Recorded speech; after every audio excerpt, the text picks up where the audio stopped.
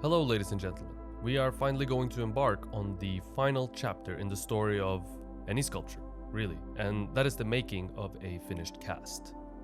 The sculpture we are working on here today is Empyrean, which you've seen me both sculpt and mold if you've followed the channel for a while. Now if you haven't, then go back into the catalog of videos and check those videos out first before you dive into the casting videos. Or if you're just interested in learning a bit about casting, then just watch this video. Whatever you choose to do is fine with me, as long as you're watching my videos. Let's start out talking about the materials we will be using during this video series. We will be making the cast out of a material called Hydro-Resin. Hydro-Resin is a brand name, and there are many very similar products with very similar name and properties. The family of materials is a composite family of materials, consisting of a gypsum-based powder mixed into a liquid acrylic resin. The major benefits are that they are a lot tougher than regular plasters, and I mean a lot tougher, and that they're water-based, so all the cleanup can be done with water, which is always really nice. It's a great replacement for both plasters and an even greater replacement for polyurethanes and epoxy resins, which are both very toxic and very volatile. Hydro-resin and other similar materials are extremely forgiving as far as mix ratio goes, for example, and even better, they are non-toxic. Except for the dust, of course, as one component is a powder and you want to watch out for dust when mixing. But this is the case with regular plasters as well. It's the case with clay too, frankly, and any other type of dust. You don't want to breathe dust. Other names these materials go by that I know of, depending on where you are located in the world, are Jesmonite and Aqua Resin. And I'm sure there's several other brands out there as well. We've used Hydro-Resin before on the channel to make the mother mold supporting the silicone of this mold, and we've made casts with it before as well. The difference today is that we will be using the white version of Hydro-Resin. The white version offers slightly different qualities than the brown or gray version, which is the one that we've been casting with before. Some of these qualities are very desirable, and other might turn out to be a bit of an issue actually. Actually, one thing turns out to be both a plus and a minus. And one is already evident this early in the video, and that is the consistency of the white Hydro-Resin. It is slightly thicker and more viscous than the brown gray version. A lot closer to a whipped cream rather than the raw heavy cream that whipped cream is made out of. The white Hydro-Resin quickly turns from a liquid into a thicker liquid and stays that way for quite a while. I suppose a fancy way of saying this would be that the curing time curve is not linear. This becomes an advantage when brushing the material into the mold for the splash coat. It stays on the vertical side of the mold a lot easier and won't run into the center of your mold as easily, allowing you to build up an even thickness a lot faster, with a lot less layers. For the keen-eyed viewer, you might have noticed something that closely resembles lumps in the mix perhaps. Now these lumps are there, they're not just something that you see, they are actually there, and they seem to be almost impossible to get rid of. Luckily though, there's really no need to get rid of them actually, as they have no impact on the final cast it seems. I know it seems strange, and this worried me tremendously the first time I used this white version of the resin as well, but it's normal apparently and seems to work out fine anyways. None of those lumps are evident on the surface of the finished casting. As far as I've noticed, the slightly more viscous nature doesn't seem to cause more air bubbles on the surface of the cast either, if you are careful and brush the material out with a bit of force. You can imagine that a more liquid material like the brown version would allow air bubbles to more easily escape the surface, but that doesn't seem to be the case. As you can see, I do put a bit of effort into my brushing, however. I'm not gentle and I'm not careful, which in turn also allows me to work a little faster. So far so good for the white version of resin, I guess. An issue to consider is that if you've used a white liquid silicone for the silicone skins of your mold, it would be very difficult to judge where you put down enough material and where you need to add more when using the white resin. This is always something to consider when making a mold. What color material would be cast in the mold? Try to choose a different colored material or tint one of the materials a different color to help make the casting a little easier. Casting is already a difficult undertaking, so there's no reason to complicate it more than necessary. On the screen you've seen me apply 2 layers of splash coat. I prefer to do 2 layers just in case I don't cover everything properly with the first layer. The layers should be of an even thickness from piece to piece and from area to area of each piece, leaving us with a hopefully balanced end result. It's easy to, for example, end up with a ton of material in the head, leading to a very top-heavy cast in the end, which is not a desirable result. The head won't necessarily break. Hydro-Resin is more than strong enough to support its own weight in almost any scenario, but the sculpture could topple over if it's top-heavy. It's always best to have even thickness all across and make the bottom of the sculpture a little thicker, a little heavier, letting gravity do the heavy lifting and ensuring our sculptures stay upright and on the ground. With the 2 layers in, we have the surface of our casting secured. Now it's time to reinforce the cast and make it so that it can last forever.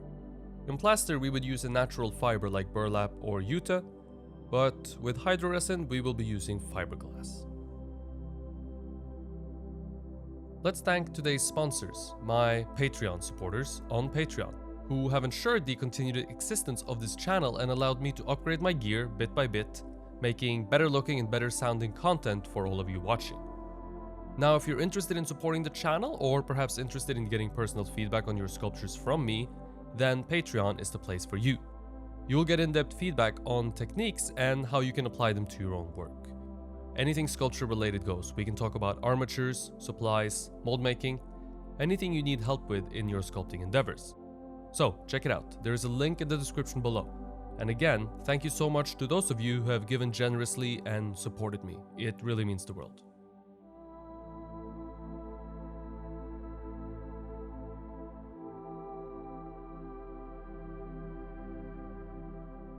I use a fiberglass mat because it frays less than regular fiberglass and kicks up a lot less loose fiber, which is bad for you to breathe. Regular fiberglass that is not weaved into a mat can be pulled apart like a loose weave or something like that, and it tends to get everywhere and it's really itchy. And so it's not really suitable for this application. In our case, fiberglass weaved into a mat structure will yield the best results. This does of course mean that we will need to use scissors in order to create the fiberglass pieces we will be using, which is potentially a bit of a nuisance of course, but I spent time before starting to work cutting up a considerable pile of fiberglass in several different sizes before beginning this stage, laying in the fiberglass that is, so that I'm properly prepared and can work without hesitation and without interruption. There are several ways to lay the fiber down into the mold, and the way that I'm doing it right here is, for me at least, the absolute best for a one-man operation.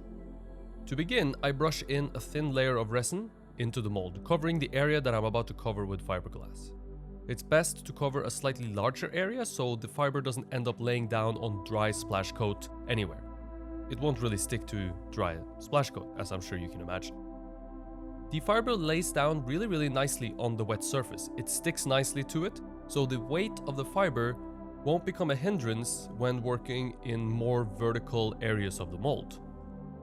A light tamping motion using either a brush or a glove-covered hand ensure that the fiber makes contact everywhere and that there are no areas of air between the layer of fiber and the splash coat. A pocket of air between the fiber and the splash coat could of course break, leaving us with a hole in our sculpture, which would be bad.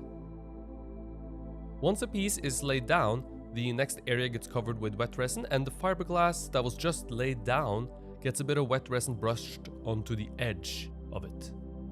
There's no reason to paint the entire piece of fiberglass with resin. You are more likely to actually shift it around and or lift it up rather than do any good doing this. Keep in mind, the resin does not make the mold strong. It is the fiberglass that makes it strong.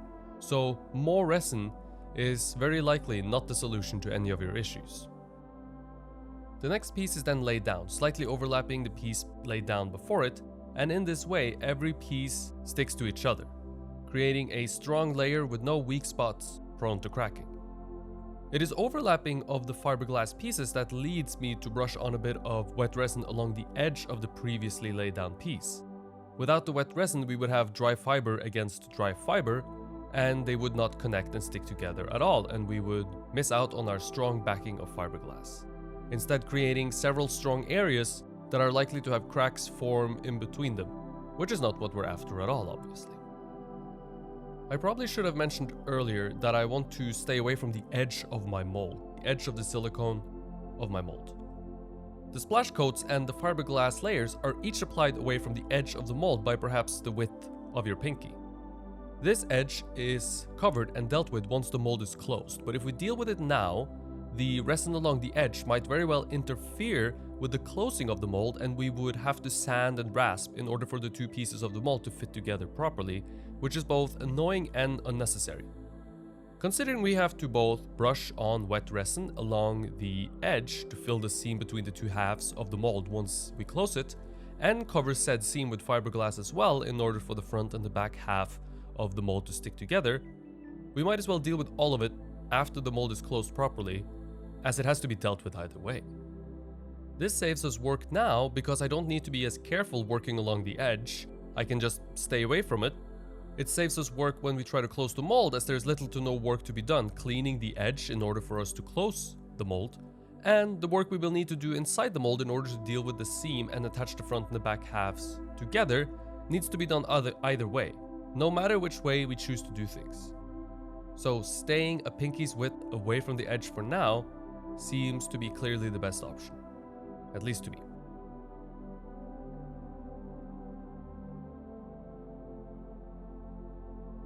Let's take a quick second to talk about some updates that's been made lately to my Patreon page. On the first Thursday of every month, I'll be putting out exclusive Patreon content, videos that you will only have access to if you are my supporter on Patreon. The first series we have already started on, and it is the Beginner's Guide to Figure Sculpture. We will cover how to sculpt a standing nude female figure in contrapposto in half-life size scale. I will cover everything you need to know from the armature to sculpting and eventually the mold making. This will be your one-stop for all the answers you'll need for sculpting a standing nude figure. Whether you sculpt from life or from photo reference, we will cover how to work from both. One video will be released on the first Thursday of every month. There's one video up so far on making the armature. The video will be longer than what you're used to seeing here, clocking in at around 30 to 45 minutes. It will all be real-time footage, no time lapses, and I will do my best to use a very linear process with clearly defined steps, making it both easy to follow and hopefully a little easier to do on your own. Any patron pledging $5 or more will get access to these videos. I'm excited to finally be putting out exclusive Patreon content to my patrons whose support is greatly appreciated. So check out my Patreon page to watch the full video by clicking the link in the description below.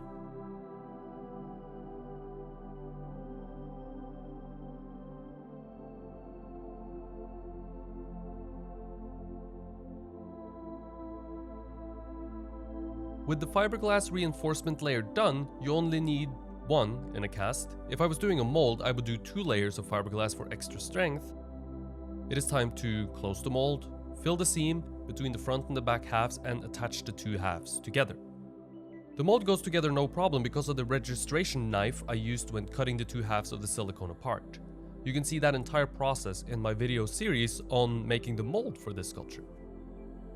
The registration means there's no fussing around to make everything fit, and everything clicks together perfectly the first time. And me staying away from the edge of the silicone by the width of a pinky means that there is no resin either interfering with the fit of the two pieces. Once together, I secure them with a bungee cord. A little note on bungee cords. I use one here, but you should always use 2, going in the opposite direction to avoid any chance of torsion leading to misregistration or the two pieces of the mold moving on top of each other before you secure them together. Now, even a little movement would be bad. So in this case, do as I say, not as I do.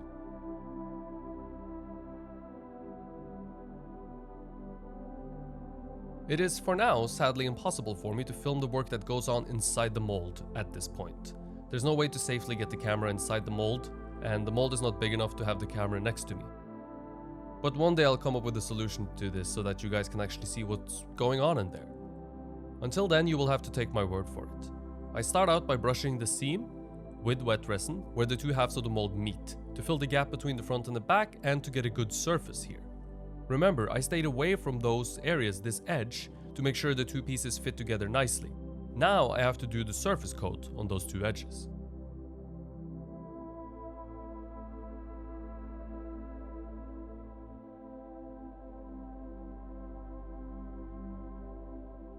Once the surface coat dries, I brush in fresh resin and go over the seam with pieces of fiberglass. This bonds the front and the back halves together for eternity, making it virtually impossible to separate the two.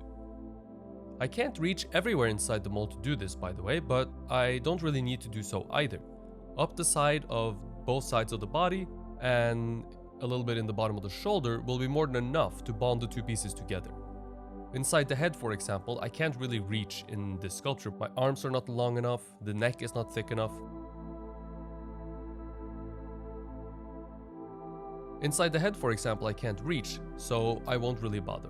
I could, of course, pour resin into the mold, but then I risk having a very heavy head filled with resin, which we spoke about earlier. I can fix what little seam ends up being in there after the cast is out of the mold.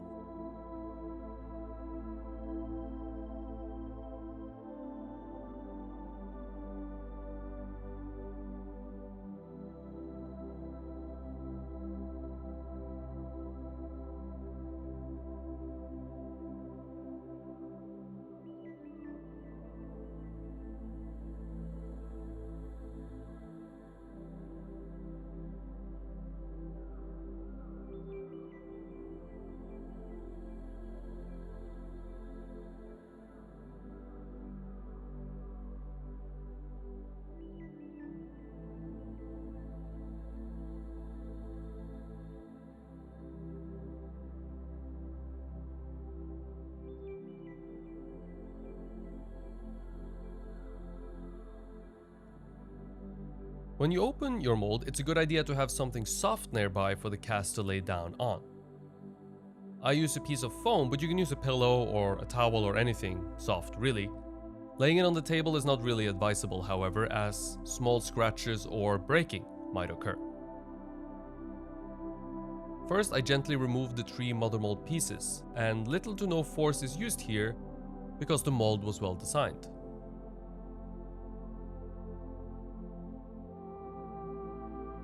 Notice how I prepared the mother mold to receive the silicone on the floor behind me. Once I demold, I don't want the silicone laying around outside the mother mold as it can distort, and I want my mold to last as long as humanly possible. So I even screwed the 2 pieces of the front half of the mother mold back together so it's ready to receive its silicone baby.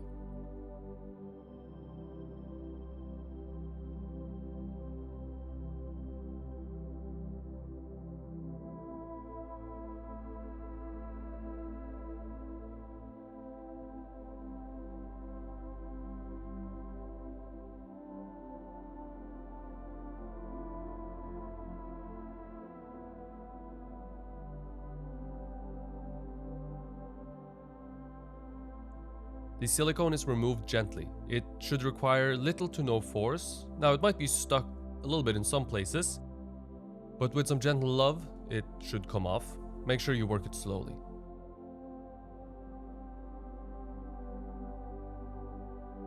Silicone can rip, and especially when you are using resin as a casting medium.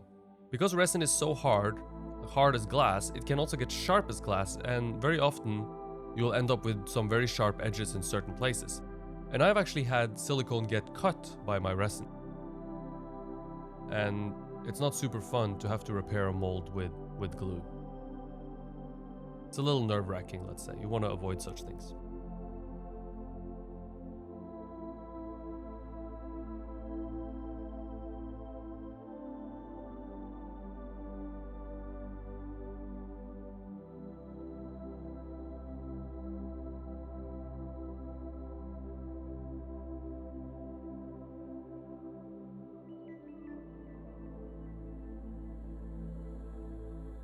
The front half has a lot more critical areas I must watch out for, in particular on the face. The nostrils are one such area, and so is the ear. These are potentially very fragile, and potentially areas where the mold can get stuck and the cast can break.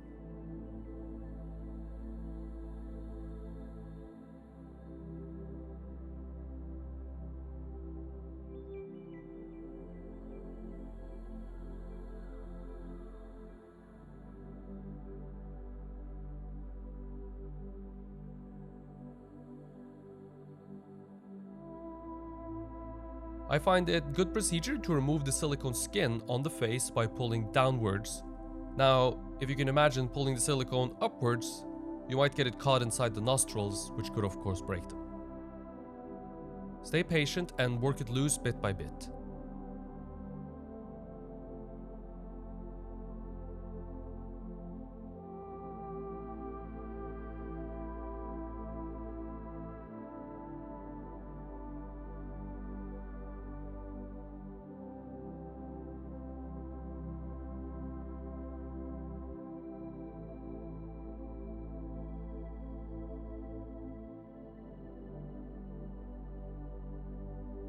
Once you're done, the cast is out and you can celebrate by fixing seams for hours on end. However, this video has dragged on long enough already, and so we will fix the seams and cast the rest of the sculpture in a future effort. Thank you for staying with it and watching the video to the end. I hope it was informative for you, and if you have any questions regarding materials or the process, feel free to ask them in the comments below. I try my best to answer every comment to the best of my ability.